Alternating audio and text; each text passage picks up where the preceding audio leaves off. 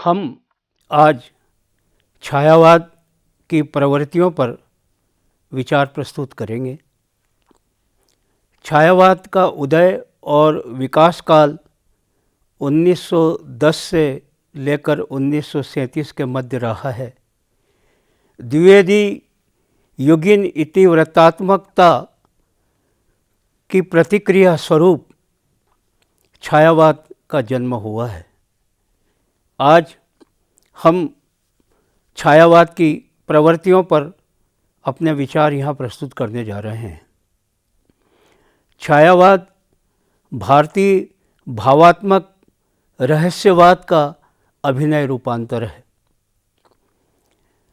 इसी के साथ ही जब नवशास्त्रीयवाद विश्व के अंतर्गत व्याप्त हुआ तो नवशास्त्रीयवाद के कारण समूचे विश्व में स्वच्छंदतावादी युग की स्थापना हुई।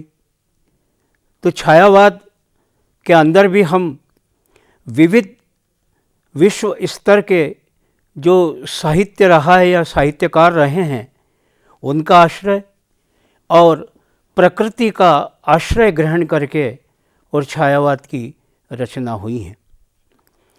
छायावाद की मूल प्रवृत्ति में जहाँ एक नई चेतना जो कि नवशास्त्रीय युग के कारण आई, स्वच्छंदतावाद के कारण आई, विविध विश्व स्तर के साहित्यकारों के माध्यम से आई, उस चेतना का और जो प्रकृति के माध्यम से जो छायावाद की अभिव्यंजना इस काल के कवियों ने की, उसके माध्यम से छायावाद की प्रवृत्तियाँ प्रस्तुत होती है।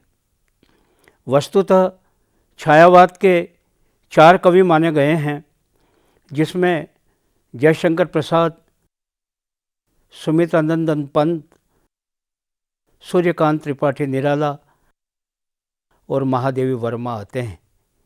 इनकी काव्यगत विशेषताओं के आधार पर ही छायावाद की प्रवृत्ति निर्धारित की जाती है।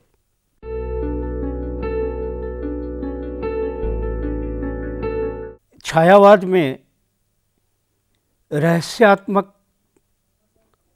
का आरोप बराबर रहता है। कह सकते हैं कि रहस्यानुभूति के अभाव में छायावाद की रचनाशीलता की परिकल्पना नहीं की जा सकती। अर्थात छायावाद में रहस्यवाद का होना एक आवश्यक बिंदु है।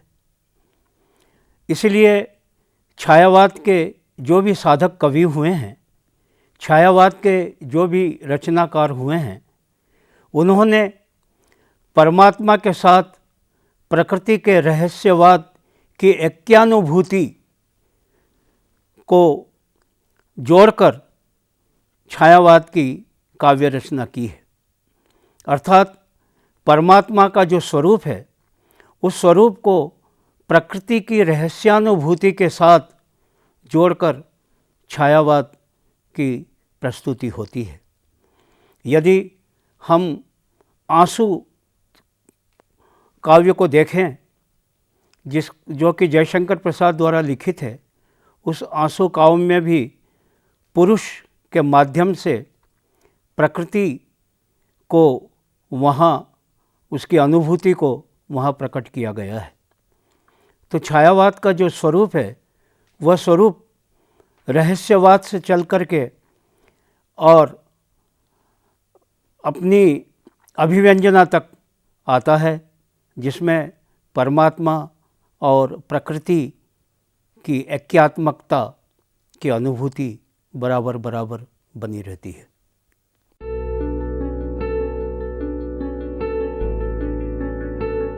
छायावाद की प्रवृत्ति को लेकर के यदि हम देखते हैं तो हम पाते हैं कि छायावाद का कवि कला, कल्पना और प्रतीकात्मकता के सहारे आगे बढ़ता है। कला से तात्पर्य यह है कि उसकी अभिव्यंजना, उसके विचार तत्व और उसकी प्रस्तुति वह किस तरीके से करता है, साथ ही वह अपनी कल्पना को माध्यम बना करके जब रचनाशीलता में आता है तो वह जो असुंदर है, जो भदेश है, उस रूप को भी वह अपनी कल्पना के सहारे आकर्षित बना देता है और इसी तरीके से वह प्रतीकात्मकता का सहारा भी लेकर के आगे बढ़ता है। तो छायावाद काव्य के अंदर उनकी प्रवृत्तियों में 3 गुण विशेष रूप से पाए जाते हैं। पहला गुण है कला का, दूसरा कल्पना का और तीसरा प्रतीकात्मकता का। कला, कल्पना और प्रतीकात्मकता से संयुक्त होकर ही छायावाद का कवि अपनी रचनाशीलता को पूर्ण बनाता है, उसमें आकर्षण पैदा करता है और साथ ही साथ उसमें जो भावाभिव्यंजना आती है वह बड़ी ही मनोरम प्रस्तुत होती है। सिंधु सेज पर धरा वधु, अब तनिक संकुचित बैठी सी, प्रलय निशा की हलचल स्मृति में मान किए सी ऐंठी सी। जैसा कि हमने छायावाद की प्रवृत्ति के अनंतर देखा कि छायावाद की काव्य रचना कला, कल्पना और प्रतीकात्मकता के बल पर घटित होती है। यहाँ यह जो छंद प्रस्तुत किया गया है, इस छंद पर प्रकृति के विविध रूपों का आरोप मानव पर लगाया गया है। जब महाजल प्लावन के बाद जब प्रकृति का अभ्युदय हुआ, धरती जब जल में से निकली, तो रचनाकार ने इस प्रकार से अपनी कल्पना के और अपनी संकेतात्मकता के बल पर यह बताया कि जैसे प्रकृति जो धरती का छोटा सा रूप जो उभर करके आया पानी में, वह ऐसा लगा कि जैसे कोई नारी अपना संकुचित होकर के और कुछ मान किए हुए, कुछ ऐंठी हुई सी बैठी हुई है। इस प्रकार से जो एक दृश्य जो छायावादी रचनाकार ने उभारा और जो महाजल प्लावन के बीच से जो एक धरती का एक छोटा सा छोर जब दिखाई दिया, तो उस रूप को अपनी कल्पना के सहारे किस तरीके से मनोरम और किस तरीके से कलात्मक और किस तरीके से प्रतीकात्मक बना करके उन्होंने प्रस्तुत किया, यह विचारणीय है। इसलिए छायावाद के रचनाकारों ने अपने काव्य में कला, कल्पना और प्रतीकात्मकता का सहारा लेकर के काव्य को मनोरम और सुंदर बना दिया है। जैसा कि मैंने बताया कि छायावादी युग कला, कल्पना और प्रतीकात्मकता का युग था, इसी के माध्यम से छायावाद की अभिव्यंजना की गई। तो छायावाद युग के अंतर्गत जो अभिव्यंजना में कलात्मक सौंदर्य दिखाई देता है, उस सौंदर्य में यदि हम देखें तो उसमें हृदय का जो आंतरिक सौंदर्य है, उस सौंदर्य की छटा वहाँ नहीं मिलती। जो भीतर का सौंदर्य है, भीतर की सच्चाई है, भीतर का जो एक रोचक साम्राज्य है, उस साम्राज्य का अभिव्यंजन छायावाद के अंतर्गत नहीं होता, बल्कि जो बाह्य आडंबर हैं, जो प्रकृति के अंदर जो बिखरे हुए तत्व हैं, प्रकृति का जो स्वरूप है, उस सारे स्वरूप के माध्यम से छायावाद की कविता होती है। इसलिए छायावाद का जो एक कला तत्व है, वह कला तत्व मन की सच्चाई को, मन की जो स्पष्टता को, मन का जो एक सौंदर्य है, उस सौंदर्य को वह प्रकट नहीं करता, बल्कि जो बाह्य आडंबर हैं, जो प्रकृति में दिखाई देता है, उससे जुड़ कर के वह अपनी रचना करता है। तो यहाँ जो छायावाद कवि की जो कला है, उसकी कल्पना है, उसकी अभिव्यंजना का जो सामर्थ्य है, वो सामर्थ्य प्रकट होता है कि वह किस तरीके से बाह्य आडंबरों से संश्लिष्ट होकर के, जुड़ करके और अपनी रचना प्रक्रिया को संपादित करता है।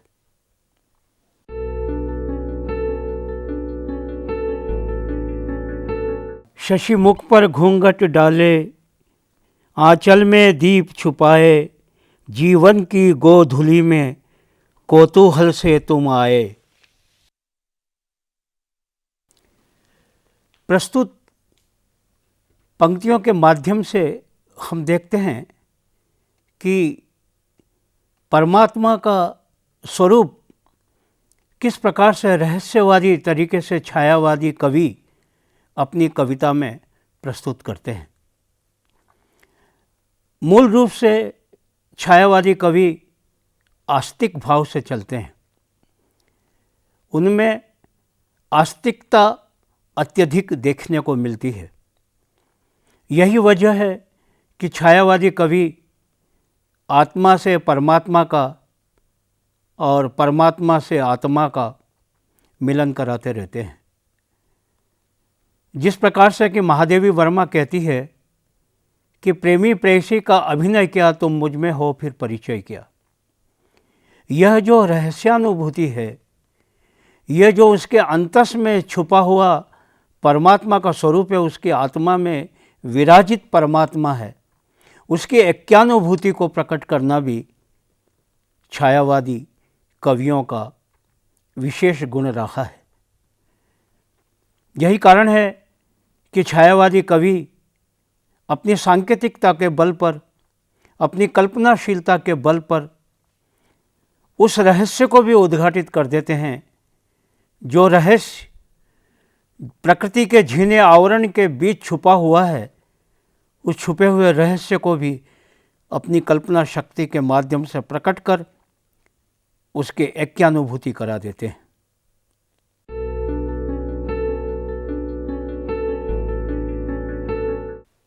छायावाद के कवियों की अन्य प्रवृत्तियों में उनकी चित्रभाषावादी प्रवृत्ति भी सामने आती है।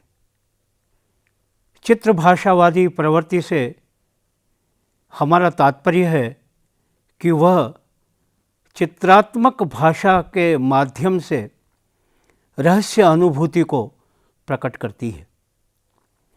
पाश्चात्य साहित्यकारों ने चित्रभाषावाद के माध्यम से अपनी रचनाएं प्रस्तुत की है। क्योंकि छायावाद का अधिकतम आधार विविध पाश्चात्य साहित्यकारों और प्रकृति के आश्रय से अभिव्यक्ति का है, इस कारण छायावादी कवियों ने भी चित्रभाषावाद को अपनाकर अपने कला कौशल, अपनी कल्पना शक्ति और अपनी सांकेतिक ताकत के माध्यम से उन्होंने चित्रभाषा का प्रयोग किया है। सुमित्रानंदन पंत के काव्य में यदि हम देखें तो वहाँ सर्वत्र चित्रभाषा का रूप हमें देखने को मिलेगा। इस संदर्भ में पंत की परिवर्तन शीर्षक कविता का एक उदाहरण यहाँ प्रस्तुत कर रहा हूँ, जो चित्रभाषात्मकता का एक सबल उदाहरण है। अहे वासुकी सहस्र फन, लक्ष्य अलक्षित चरण तुम्हारे, चिन्ह निरंतर छोड़ रहे हैं जग के विक्षत वक्ष स्थल पर। जिस प्रकार रहस्यवाद में विरहानुभूति का पता मिलता है, उसी प्रकार छायावादी कवियों के अंदर भी करुणा और निराशा का रूप सर्वस्व विद्यमान होता है।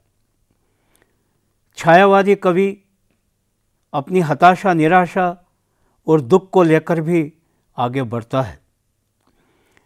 उनके काव्य रचना के अंदर नैराश्य उभर कर आया है, दुख उभर करके आया है और हताशा और निराशा उनके काव्य में सर्वत्र देखी जाती है। यदि हम प्रसाद के आंसू को देखें तो हम पाएंगे कि वहाँ भी रचनाकार की निराशा प्रकट होती है।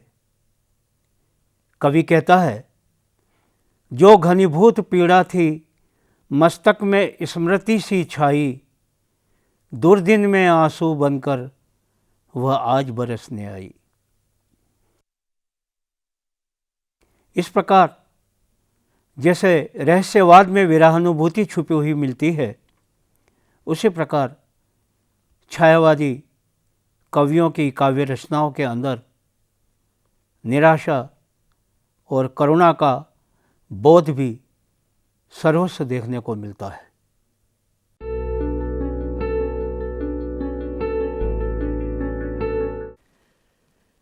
छायावादी काव्य प्रवृत्ति के अंतर्गत यदि हम देखें तो हम पाएंगे कि वहाँ की कविताओं के अंतर्गत सौंदर्य सर्वत्र बिखरा पड़ा है।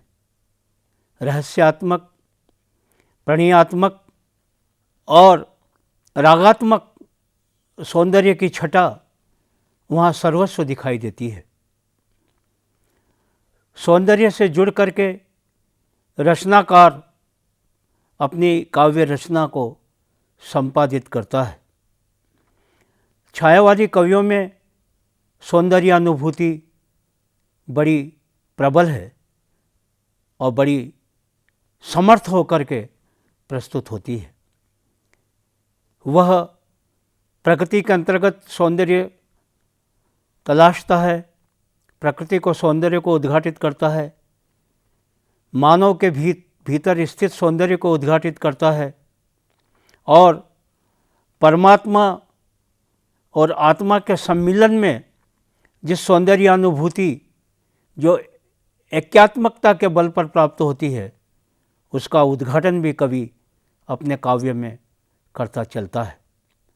यहाँ एक उदाहरण मैं आपके सामने प्रस्तुत कर रहा हूँ। प्रतिमा में सजीवता सी बस गई सू छवि आँखों में, थी एक लकीर हृदय में जो अलग रही लाखों में। किसी भी काव्यात्मक विधा की विशेषताओं का ज्ञान हमें उसमें निहित उसकी प्रवृत्ति के माध्यम से प्राप्त होता है। जब हम छायावादी काव्य रचना के अंदर प्रवेश करते हैं तो हम पाते हैं कि छायावाद का जो समूचा काव्य सौष्ठव है वह एक और जहाँ भारतीय भावात्मकता के रहस्य को उद्घाटित करता है, वहीं वह विविध पाश्चात्य साहित्यकारों से जुड़कर और उसी के साथ प्रकृति का आश्रय ग्रहण कर अपनी कविताओं को रचता है। वह कभी प्रकृति से सौंदर्य को अपनाता है तो कभी प्रकृति के झिलमिल दर्पण के बीच से रहस्य अनुभूति को प्राप्त करता है। इस तरह छायावादी कवि अपने चिंतन की, अपनी अनुभूति की पराकाष्ठा को प्रकृति के आश्रय से उद्घाटित करता है। छायावाद में रहस्यवाद का होना एक महती आवश्यकता है। रहस्यवाद के बिना छायावाद की परिकल्पना नहीं की जा सकती, क्योंकि आत्मा और परमात्मा का सम्मिलन, उसकी ऐक्यानुभूति छायावाद का दर्शन करती है। तो छायावाद में प्रेमी और प्रेयसी, प्रेयसी और प्रेमी के बीच में तादात्म्य भाव चलता ही रहता है। इस तादात्म्य भाव को पकड़ने के लिए कभी छायावादी कवि कला का सहारा लेते हैं, कभी कल्पना का सहारा लेते हैं, तो कभी सांकेतिकता का सहारा लेते हैं। प्रकृति में हो रहे पल पल के परिवर्तन को, प्रकृति के अंदर जो भी कुरूप है, उस कुरूपता को भी छायावादी कवि अपनी लेखनी के बल पर उसको सौंदर्य से परिपूरित कर देते हैं। तो छायावादी कवि अपनी कला से, अपनी कल्पना से, सांकेतिकता से काव्य रचना का ऐसा संसार रचते हैं कि जिसमें अवगाहन कर कोई भी पाठक सौंदर्य अनुभूति को प्राप्त कर सकता है। छायावाद के कवियों की जो काल्पनिक उड़ान है, उनकी कला का जो सौष्ठव है, इस पर यह आरोप किया जा सकता है कि वह मन की निश्चलता को लेकर के वे आगे नहीं बढ़ते, बल्कि जो बाह्याडंबर है, जो बाहरी जगत है, जो बाहरी जगत में उनको दिखाई दे रहा है, जो दृष्टिगोचर होता है, उसको वे अपनी लेखनी से पकड़ते हैं और उसकी प्रस्तुति अपने काव्य के अंतर्गत करते हैं। इसलिए छायावादी कवि आंतरिकता को उद्घाटित नहीं करता, वह बाह्य जगत को उद्घाटित करता है। लेकिन रहस्यवाद के क्षेत्र में जब छायावादी कवि उतरता है, तो जो कुछ भी दिखाई दे रहा है, उसके पर्दे के भीतर जो कुछ नहीं दिखाई दे रहा है, उसको भी वह अपनी कल्पना के सहारे बाहर ले आता है और इस तरीके से जीव का परमात्मा के साथ तादात्म्य करा देता है।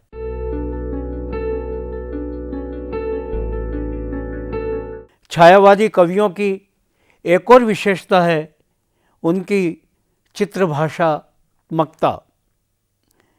वे अपने काव्य के अंतर्गत शब्दों से ऐसा चित्र बनाते हैं कि जो चित्र साकार होकर के बोलने लगता है। ये उनकी लेखनी का बहुत बड़ा कौशल है।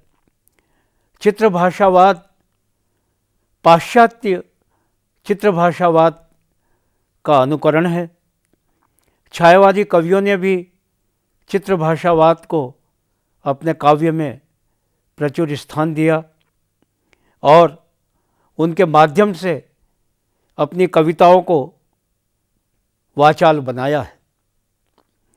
छायावादी कवि अपनी अनुभूति में प्रणयात्मकता, रहस्यात्मकता को लेकर के बढ़ते हैं, इसलिए उनकी प्रणयानुभूति भी तीव्र से तीव्रतर है। जहाँ प्रणय का तीव्रतर रूप विघटित होता है, वहाँ छायावादी कवियों के अंदर निराशा और दुख भी पर्याप्त रूप से व्याप्त होता है। इसलिए छायावादी कवियों ने नैराश्य को और दुख को और करुणा को भी समय समय पर अपने काव्य के अंतर्गत स्थान दिया है। करुणा और दुख भी छायावाद की सृजनात्मक शक्ति रही है। इस आंतरिक पीड़ा को रचनाकार ने शब्द दिए हैं और चित्रभाषा का रूप भी दिया है। इसी प्रकार छायावादी कवियों के अंदर उनकी प्रवृत्तियों में कई जगह मानवीकरण भी आया है। इसको पर्सनिफिकेशन कहते हैं। मानवीकरण रूप प्रकृति को नारी के रूप में चित्रित करना और उसकी प्रस्तुति काव्य में दिखाना। इस प्रकार छायावाद का जो समूचा काव्य सौष्ठव है, वह सौष्ठव कला, कल्पना और सांकेतिकता के साथ साथ रहस्यानुभूति और प्रणयानुभूति पर टिका हुआ है। इस प्रकार यदि हम पाएं कि छायावाद की काव्य प्रवृत्ति क्या है, तो हम देखेंगे कि छायावाद की समूची काव्य प्रवृत्ति भारतीय भावात्मक रहस्यवाद का अभिनव रूपांतर है। उसमें अपने ढंग का शिल्प है, अपने ढंग की भाषा है, अपने ढंग का कथ्य है, अपने ढंग का संप्रेषण है। छायावादी कवि कला के पार जाता है, कल्पना के पार जाता है और सांकेतिकता के पार जाता है, और इतनी दूर तक चला जाता है कि वहाँ से वो प्रकृति के आश्रय से, रहस्य के आश्रय से नई नई चीज़ों की तलाश करता है और उन समूची चीज़ों को चित्रात्मक शैली से अपने काव्य में स्थान देता है।